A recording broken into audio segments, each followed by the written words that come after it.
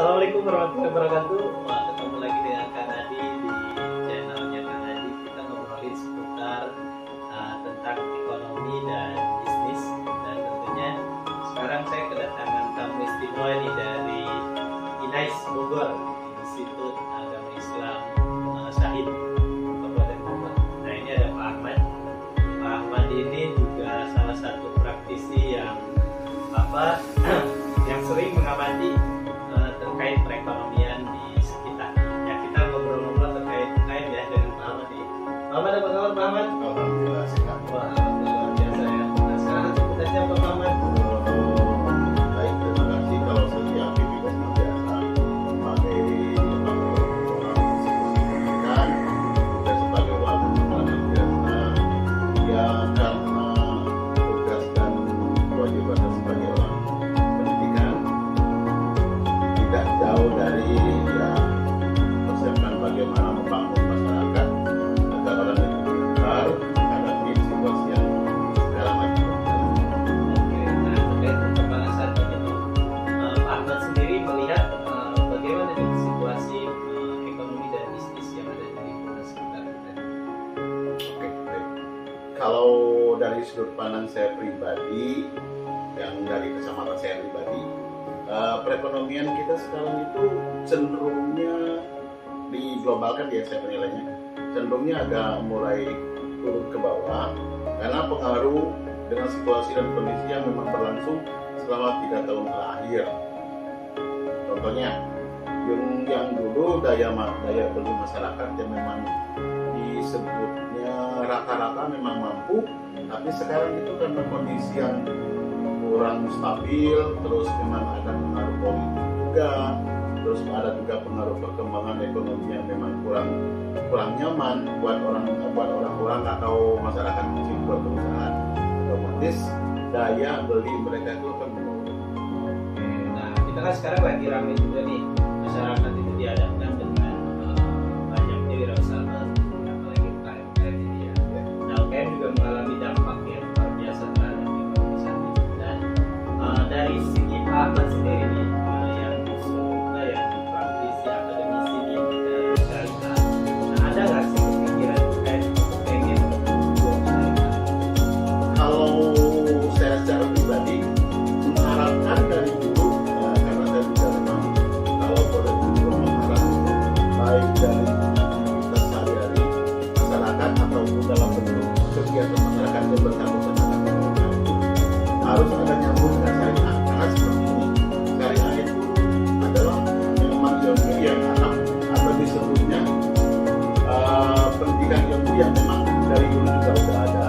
Dari hadis dan Allah juga dijelaskan bahwa belajar tentang syariah itu harus dan wajib bagi orang-orang memang khususnya Indonesia yang memang dominasi atau lebih dominannya adalah penduduk muslim.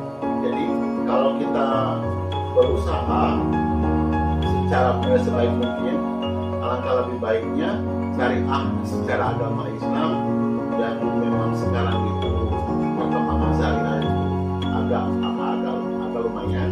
Jadi seharusnya syariah atau ilmu syariah yang kita pakai dalam kegiatan UMKM khususnya harus dipakai secara baik-baik dalam hal ini biar apa yang kita usahakan dalam bentuk UMKM itu menjadi barokah. Jadi berkah ya. Selain menjadi berkah juga kan syariah itu konsepnya adalah saling tolong menolong. Ya, Jadi yang utama itu adalah syariah itu kan bisnis yang saling tolong menolong, kemudian baru berorientasi pada keuntungan ya itu kan ya. Nah, langkahnya itu apa sih kalau pengen UKM itu syariah?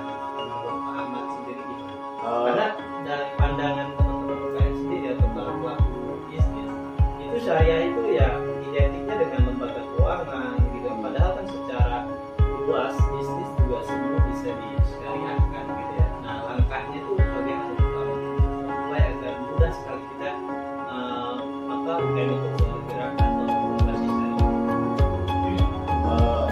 sebenarnya sih langkah UKM konvensional dengan langkah UKM yang syariah itu tidak berbeda jauh. Kenapa disebutnya tidak berbeda jauh? Karena konsep lembaga keuangan, konsep UMKM, konsep orang dalam berusaha itu sebenarnya tidak berbeda jauh. Yang membedakan itu antara syariah dan konvensional itu adalah kalau syariah itu sistemnya itu gotong royong, itu bahasa umum. Kalau dalam syariah itu disebutnya hukum yang saling memberi bantuan, baik orang kecil sama orang besar di dalam syariah itu disamakan. Jadi kemungkinan rusaknya suatu perusahaan atau suatu usaha itu akan sekecil mungkin di tengahnya. Beda dengan konvensional. Kalau di konvensional usaha itu akan pecah atau hancur atau rugi, yang menanggung adalah yang kecil, yang besar tidak akan menanggung. Itu yang membedakan. Makanya langkah yang paling utama itu adalah komitmen dulu. Kalau orang syariah, kita sosialisasikan dulu, kita pelajari dulu bedanya apa antara konvensional dengan syariah. Setelah kita tahu bahwa konvensional itu seperti ini kekurangannya dan kelebihannya juga di konvensional seperti ini, kita komitmenkan dengan syariah, insya Allah dengan syariah yang kita jelas-jelas aturannya dan tidak mempersulit masyarakat, insya Allah itu akan berjalan dengan baik dan dapat keberkahan dari tentunya kan para UKM juga harus tuh ya, kita usaha kita masih kecil, nah terus kalau lebih bagus lagi kalau kasih syariah karena kita mencari kehidupan dari Allah. Kalau kita dapat keberkahan dari Allah Subhanahu Wa Taala, usaha apapun juga akan mudah oleh Allah gitu ya. Kalau nanti ada hasilnya harapan kita juga para pelaku UKM harapannya syariah yang kalau misalkan usahanya rabut misalkan syariah ya jangan alat yang wajar-wajar saja gitu ya. Mungkin kamu bisa terkait contoh simpel dari usaha yang salah satu yang sekarang itu yang lagi berkembang atau usaha yang memang berbasis syariah itu adalah, saya ambil contoh yang dilakukan itu adalah tukang rias yang digunakan buat akad pernikahan. Nah di situ kalau berdasarkan aturan syariah itu sebenarnya udah benar, sekarang itu konsep udah benar, udah menggunakan fashion yang disebutnya menutup aurat, memperlakukan tamu sudah bisa membedakan antara tamu laki-laki dan perempuan. Yang masih kurang adalah tata riasnya. Kalau pengantin perempuan seharusnya yang meriasnya adalah perempuan lagi, tidak boleh diselingkuhnya yang di luar dari mahram. Nanti kalau laki-laki yang meriasnya harus laki-laki, yang perempuan harus perempuan, karena beda jenis kelamin atau beda gender itu mahramnya berbeda. Dalam syariah Islam itu harus diusahakan tidak tercampur. Tidak boleh ya. Iya. Dan kalau misalkan ada IO wedding organization itu juga kalau misalkan tata makan juga kan harus ada dua tempat. Jadi yang laki-laki sendiri, yang perempuan sendiri. Karena kita tidak tahu tamu itu masih saudara atau tamu itu dari mana. Karena selain juga menjaga makanan itu terjamin higienisnya, akan memudahkan orang itu berlalu lalang. Jadi insya Allah tidak ada namanya bersinggungan antara perempuan dan laki-laki yang dalam syariat tidak boleh terlalu dekat. Oke, jadi sebenarnya syariah itu nggak susah ya? Ya paling gampang, malah paling enak, memberikan kemudahan dan perlakuan dengan sesama teman itu lebih gampang. Karena kalau di syariah sendiri hukumnya itu sudah teratur, jadi tidak akan tercampur dan tidak akan ada istilah terjadi yang dalam hal tanda kutip yang segala macam yang memang di dalam syariah itu harus dihindari. Itu sebenarnya yang tujuan syariah itu ya pekerjaannya enak, yang ngerjainnya enak dan hasilnya juga enak. Iya benar ya. Jadi semuanya serba sebenarnya Islam juga sudah mengajarkan tentang aturan-aturan itu yang udah ya kalau kita lakukan itu akan simple dan nggak akan susah gitu ya. Nggak bikin ribet gitu ya. Jadi emang ya saatnya sudah harus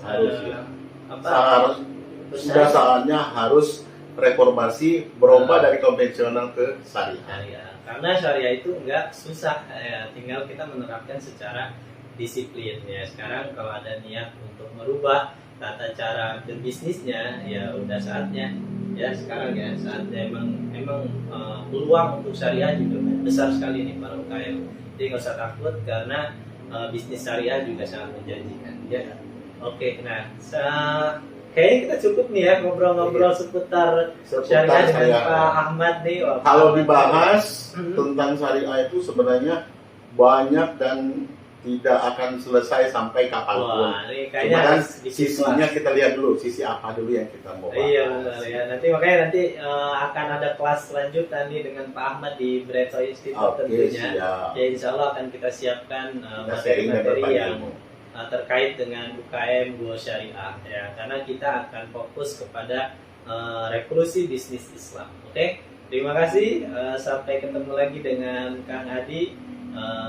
Pak Ahmad, ada dua patah kata nih untuk teman-teman yang lagi nonton. Oke, siap. Ada kata kunci kalau orang-orang mau susah itu. Sebenarnya kuncinya satu. Daya pandang masyarakat itu yang tentang syariah itu masih akan miring. Kuncinya satu. Belajar dan masuki tentang syariah, insya Allah akan paham.